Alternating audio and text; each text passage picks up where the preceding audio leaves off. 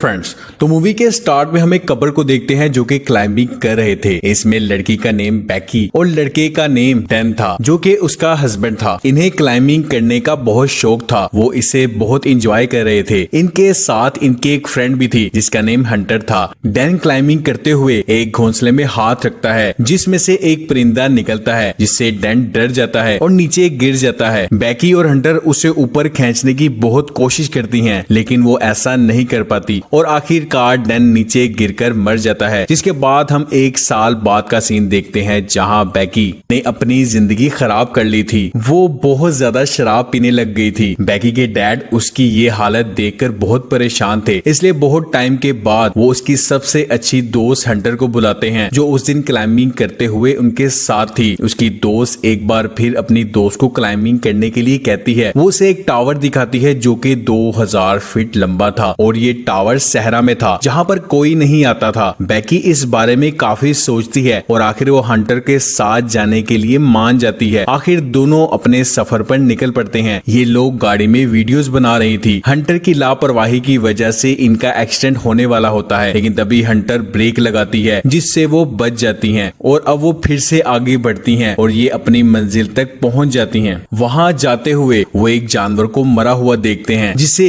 गिद्ध खा रहे थे। वो उन्हें उड़ाती हैं और उसकी फोटो लेकर इंस्टा पर डाल देती है। वो टावर की लंबाई को देखती है। हंटर बहुत एक्साइटेड थी और साथ साथ वीडियोस बना रही थी। बैकी टावर को देखकर डर गई थी, लेकिन हंटर कहती है कि डरने की बात नहीं है। हंटर खुद को और बैकी को बांधती है और वो दोनों ऊपर चढ़ना शुरू कर देती हैं। बैकी अब भी डर रही थी। ये टावर क्योंकि बहुत पुराना था इसलिए इस पर बहुत सारा जंग लगा हुआ था, लेकिन वो फिर भी चढ़ती रहती हैं। काफी ऊपर जाने के बाद हंटर बताती है कि वो आधे टावर पर चढ़ चुकी हैं, यानी अब वो 1000 फीट क्रॉस कर चुकी हैं। हंटर कहती है कि अब बस थोड़ी देर में हम ऊपर पहुंच जाएंगे, लेकिन जब बैकी खुद को इतने ऊपर देखती है तो उसे डर लगने लग जाता है। लेकिन अब आहिस्ता आहिस्ता ये दोनों ऊपर पहुंच जाती हैं। लेकिन ऊपर चढ़ते हुए इस सीढ़ी का एक नट निकल जाता है जिसके बारे में इन्हें पता नहीं चलता। हंटर ऊपर आकर बहुत खुश थी और वो अपना ड्रोन निकालती है और सब कुछ रिकॉर्ड करना शुरू कर देती है और अब बैकी भी बहुत खुश थी। हंटर इतने एक्साइटेड थी कि वो टावर के साथ लटक जाती है और बैकी से कहती है कि मेरी तस्वीर लो। वो बैकी से भी ऐसा करने के लिए कहती है। बैकी डर तो रही थी लेकिन हंटर के फोर्स करने पर लटक जाती है और वो भी तस्वीर ले लेती है। अब वो दोनों बहुत खुश थी। अब जब इन्होंने तस्वीरें ले ली थी तो ये यहाँ से जाने का फैसला करती है। बैकी जैसे ही अपना सामान लेकर नीचे उतरने की कोशिश करती है तो वो सीढ़ी नीचे लटक जाती है और अब वो काफी डर जाती है, लेकिन हंटर किसी तरह उसे ऊपर खींच लेती है। देखते हैं कि वो बैग जिसमें इनका ड्रोन और खाना था वो तो नीचे लटक गया है जिससे वो उठा नहीं सकती थी। अब वो दोनों अपना फोन चेक करती हैं ताकि किसी को कॉल करके हेल्प के लिए बुला सकें, लेकिन इतने ऊपर उन्हें कोई सिग्नल नहीं मिलता। तभी इन्हें टावर से एक फ्लेयर गन और दूरबीन मिलती है, लेकिन इस वक्त हंटर सोचती है कि अभी फ्लेयर गन का क्या फायदा, हम रात में इसे चलाएंगे ताकि कोई हमें देखकर बचाने आ सके। तभी वो देखती है कि बैकी की टांग पर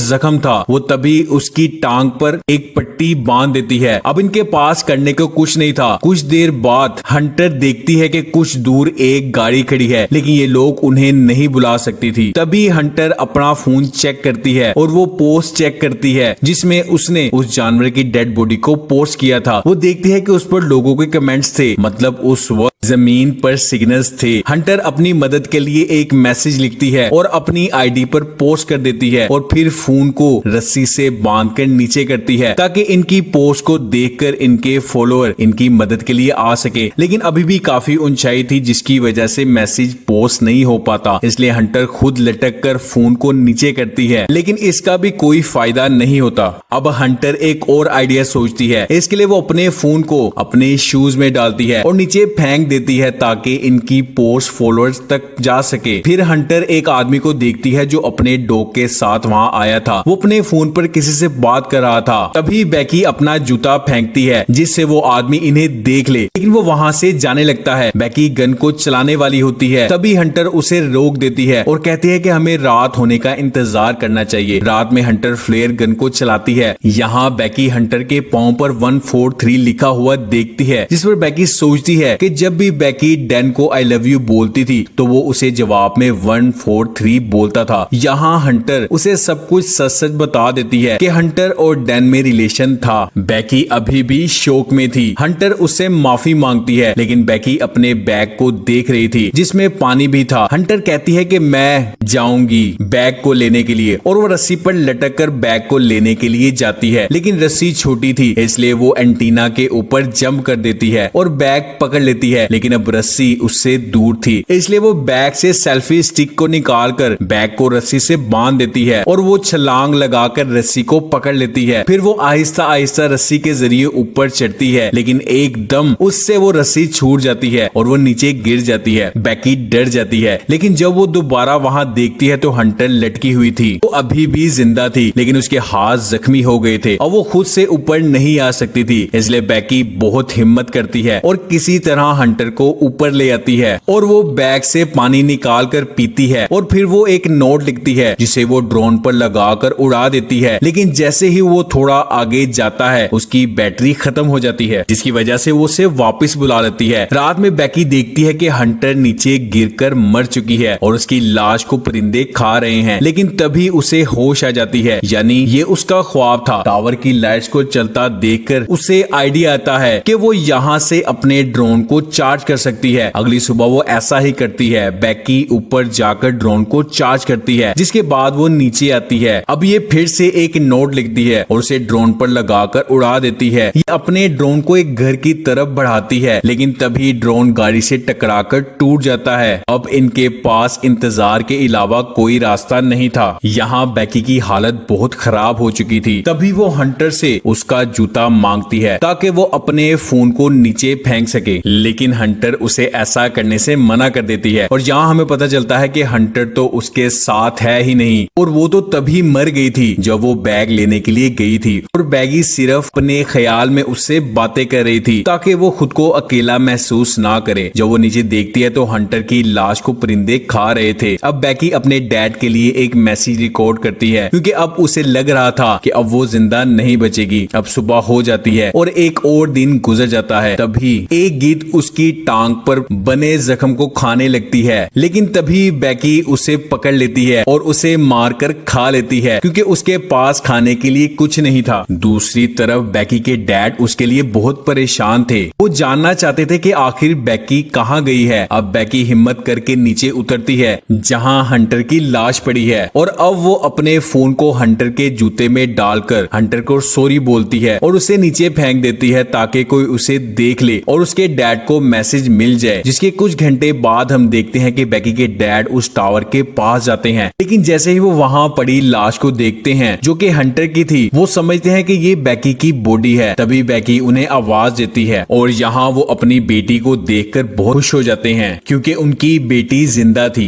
और आखिरकार बैकी की जान बच जाती है और इसी के साथ ये मूवी का एंड हो जाता है।